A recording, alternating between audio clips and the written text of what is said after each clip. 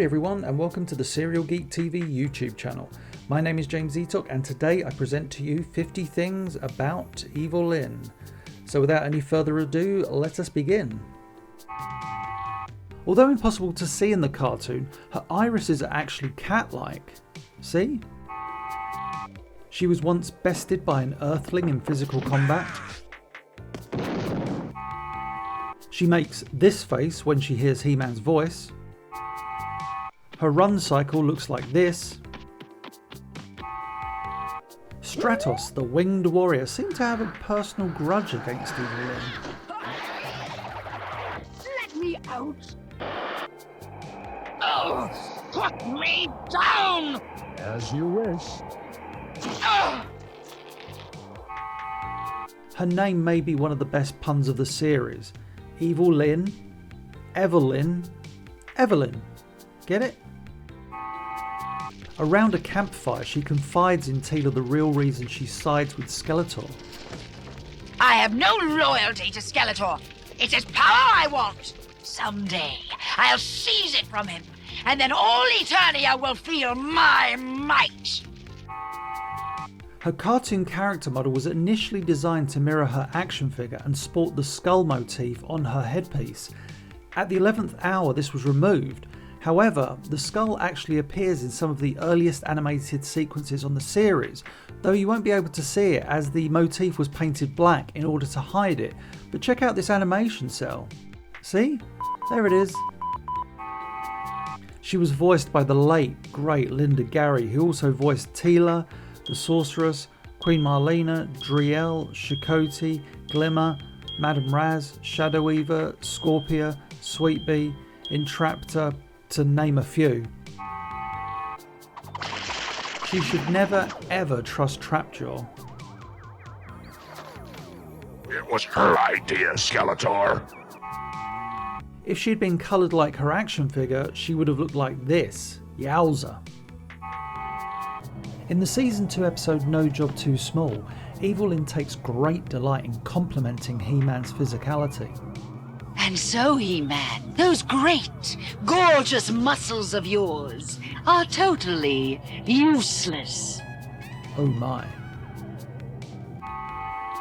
She sports a surprisingly short hairstyle underneath her headpiece, although the script described her as having short black hair. Meh.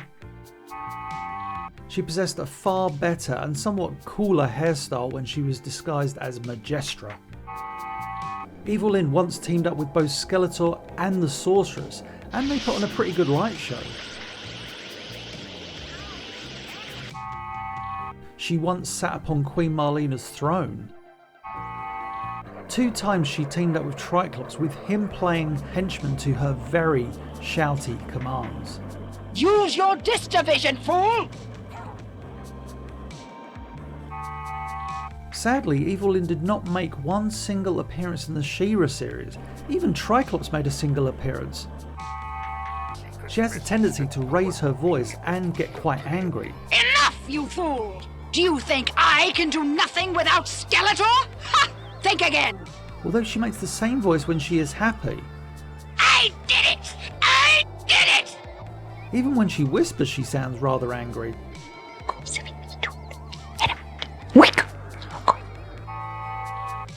Colin Bailey was the primary designer for Evil-Lyn's action figure at Mattel.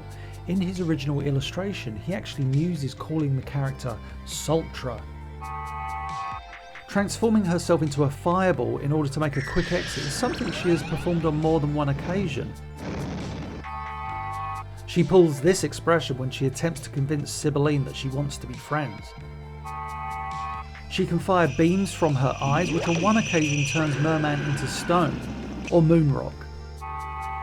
On one occasion, Evil-Lyn was illustrated without her gauntlets. Wrong.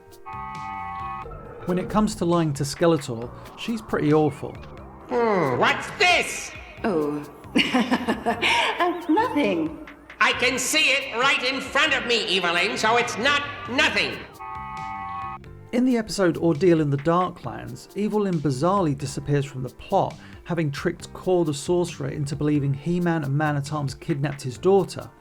However, the script of the episode is different, with an additional plot having Evil-Lyn venture to the royal palace in order to steal Man-at-Arm's latest device, the Shrinker. When it comes to insults, Evil-Lyn is not the most creative.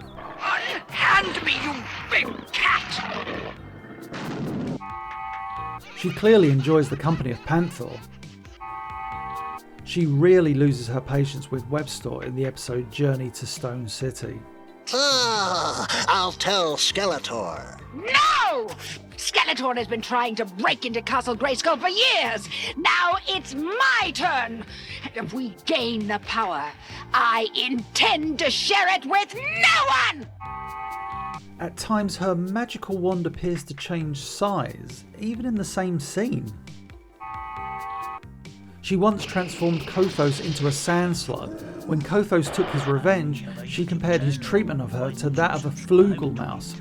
And you kept me cooped up in a cage, like somebody's pet flugelmouse! What the f*** is a flugelmouse?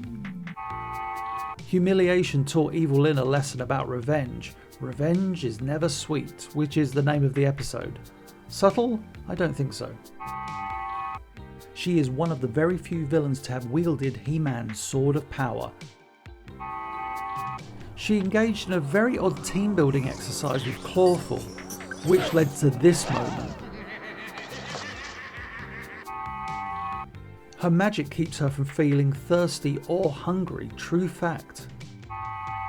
She inflicted a lot of damage with the shaping staff in her possession, sending King Randor to the dungeon and later transforming him into a goat, transforming Orko into a cricket and Teela into a frog,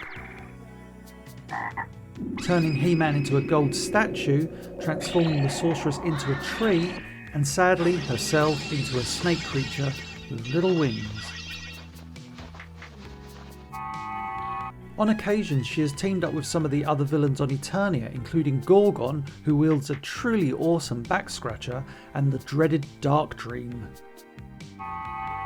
He-Man knows exactly which of Evil-Lyn's buttons to push.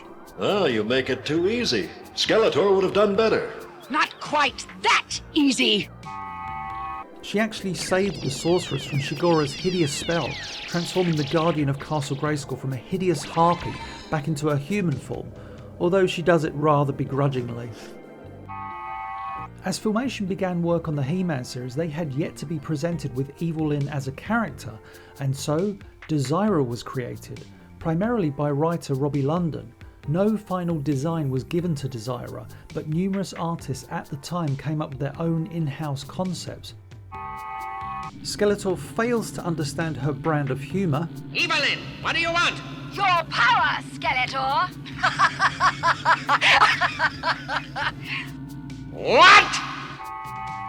Over the course of the series, Evil-Lyn transformed herself into an old lady in The Curse of the Spellstone, a young woman named Nadira in Evil-Lyn's plot, another old lady in The Royal Cousin, and a peasant girl in The Shadow of Skeletor.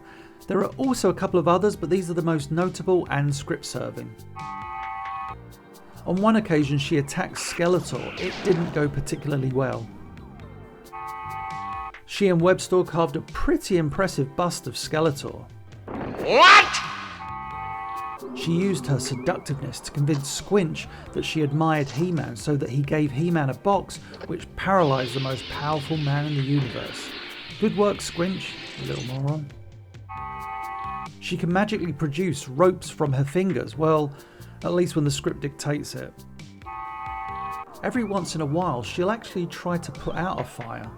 Yeah, it's time for him to be our messenger boy. Watch it, Whiplash. Now, boys, don't fight. There's a chance she'd make for a terrific Eternian zoologist. I've studied the habits of every vicious creature on this planet. She once gave Jitsu this look. And finally, there's no doubt that personality-wise, Evil-Lyn was one of the strongest female villains of the 1980s. And that's it for this video. Thank you for watching. Please be sure to like, comment, share and subscribe.